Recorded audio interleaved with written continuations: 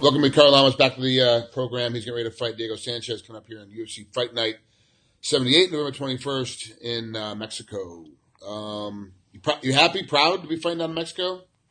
Of course. I had the opportunity to fight on the very first card in Mexico City, and this one's even more special because my mom is from Monterrey. That's the city we're fighting in, and I actually had the opportunity to meet family that I have out there for the first time when we were out there doing promos. So it's real cool that I'm able to connect with them through these opportunities that I'm given by the UFC.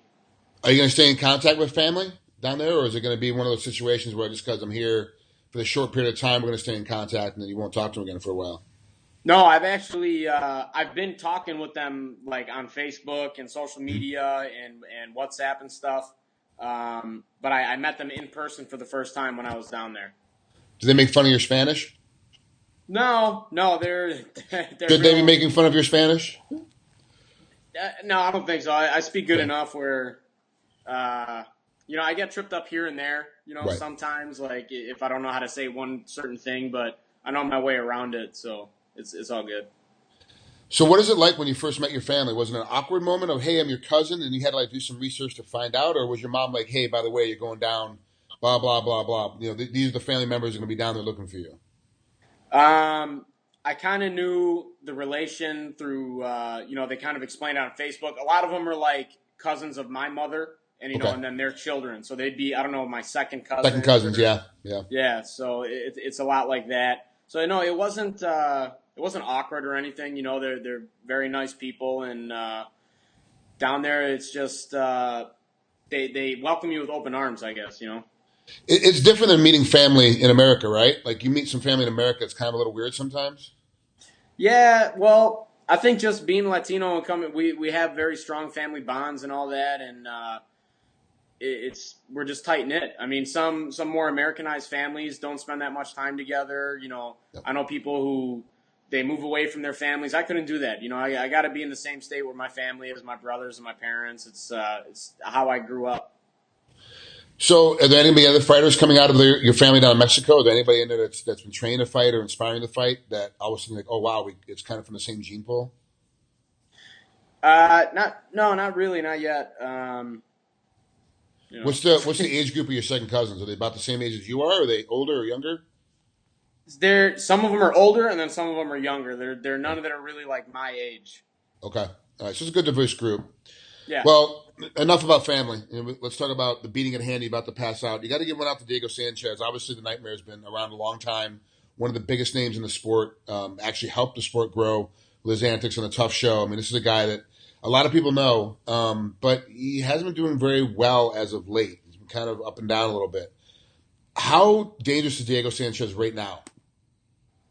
I think he's just as dangerous as ever. That's how I'm approaching it. I'm not trying to come into this thinking, oh, he's on his way out or whatever. I'm training for him like he's in his prime. So Diego Sanchez is a guy that gets more dangerous as the fight goes on. He's always in there. He could be getting beat for the first 2 rounds. And, I read some stats that he's won more third rounds than, most people in the UFC. So he gets stronger as the fight progresses on. And I got to make sure that I'm in shape enough to go 100% for all 3 rounds. So, you look from a technical standpoint, he's, obviously he's in the UFC, so he's technically above average to all fighters. But in the UFC, his technique is kind of, it's about average for the whole UFC roster at the weight class. But then his conditioning and his ability to take a lot of damage is super high. He's got a really high IQ for taking a beating almost. But he doesn't really take a beating from the sense of like an old Nogueira, where you beat the crap out of and obviously catching a submission. He's a guy that kind of, every blow is kind of a glancing blow. When he gets cut, it's a minor cut. It's not a big cut. It will bleed a lot. He'll make a big point of having a bloody war, but it's not like a cut that's going to ever stop a fight. He's one of those guys that puts on, it's almost dramatic when you fight him. It's going to be a very dramatic fight. Does that go into your game plan of like, hey, I'm going to hit this guy, but it's never going to be a solid hit? So I have to keep thinking about more punching and more combos. Like, did that go in the game plan and getting ready for Diego? Yeah, I think a lot of the game plan is staying technical, using my movement, and not getting lured into a brawl like he's famous for. He's got a way of kind of marching a guy down and making him sit there in the pocket and just throw crazy punches at each other. So I got to make sure that I don't get lured into that game and stick to my game and stick and move. So how much of your footwork have you been working down in Miami? I know that for this one it's going to be a lot because Diego's going to come forward and keep charging. I shouldn't say how much you've been working because I know you have to work it for this fight. But what have you been working differently, footwork-wise, than you have in the past?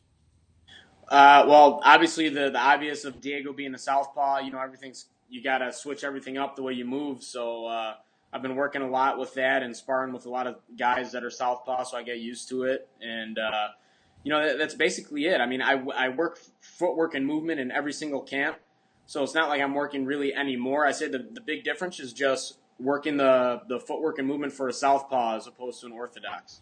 Do you have a southpaw in camp that's been able to help you out with that as far as training? Yeah, I've got a few southpaws in camp, and Baboon switches up, and he can do southpaw almost as good as his orthodox, and he'll help me out with that also. Well, Bamboo's fighting. He's fighting the next night, right, or the night before you? Night before you. The night before. Yeah. Has it been usually use him a lot in the training camps? Has it been hard to use him in this training camp because he's prepping for 3 fights as opposed to prepping for just 1 fight in the night because he's in a tournament? No, not really. I mean, me and him, we like sparring with each other so much that our coach has to like break us up and make us go with other people because we give each other that push. I'm constantly stalking him, looking for the takedowns and stuff, and he's constantly moving and trying to keep it standing. And we push each other better than anybody else can in the gym. So our coaches kind of break us apart and tell us to go with different people to get different looks. But it's always the same. Whenever we come down, we work really well together. I'm going to change gears on you real quick. There's a fighter summit going on right now in Las Vegas. And usually all the fighters have to be there. Obviously, they gave you time out because you've got a fight coming up. Do you miss going to fighter summits, or is that something that you're kind of like you're kind of glad you don't have to go to the fighter summit? No, it's cool. Anytime I can get a free trip to Vegas, I'm down. So I think they're kind of switching it up. Before they would bring us out in like 2 waves, over 1 weekend or 1 week. But I think now they're kind of bringing us out in groups over a longer period of time. So I might get a call to go to one maybe after this fight or something like that, I'm thinking. Okay. So the fighter summits, obviously right now they're doing a big thing on one of the things I posted of watching Jessica Aguilar's posts. I follow her quite a bit. And she was posting about they're doing a big summit now for domestic abuse, violence in sports as a whole, not just mixed martial arts. But it seems like the MMA seems to be the top. Well, let me take that back. It seems the UFC seems to be ahead of the curve all the time when there's any kind of summit needs to come out. What's one of the biggest things going on right now in sports as a whole, besides steroids, that you would like to see a fighter summit be brought to attention at a fighter summit? That's a good question. That's a hard one to answer. The steroids, the domestic abuse, that's also a good one that they're putting in there. Maybe more consultations with doctors or nutritionists on better ways to diet and cut weight. Maybe the idea of cutting weight itself. A lot of guys are dropping a lot of weight. Maybe we have to implement some more rules that kind of restrict us from cutting so much weight. That has been a hot topic as of late. One of the things I would like to see also as well is what to do after. What are fighters going to do when they're done fighting? What's going to happen with our money? What's going to happen with, where does things go? Like, I had a plan for what I was going to do after, and I kind of got implemented into that plan because I had an idea. But the reality of it is that 99% of the fighters, when they retire, don't know what they're going to do next. It's just be a sport, be an athlete. That's it. There's not really a plan for what's going to go after and what you need to do with your money during to be able to provide for that post-fight career. Because, it's not like you're going to be 65 when you're done fighting and then you're just going to move on to retirement home. When you're done, you have another full career. So a lot of fighters got to figure something out. So I do like your idea of weight cutting. I come from weight cutting sport. You came from weight cutting sport. Wrestling is tremendous from, having to cut 10 to 15 pounds every Tuesday, every Thursday, and then doing it again on Saturday for the tournaments. But I do need to see as I've gotten older and gotten smarter that there needs to be some addressing to how weight cutting goes.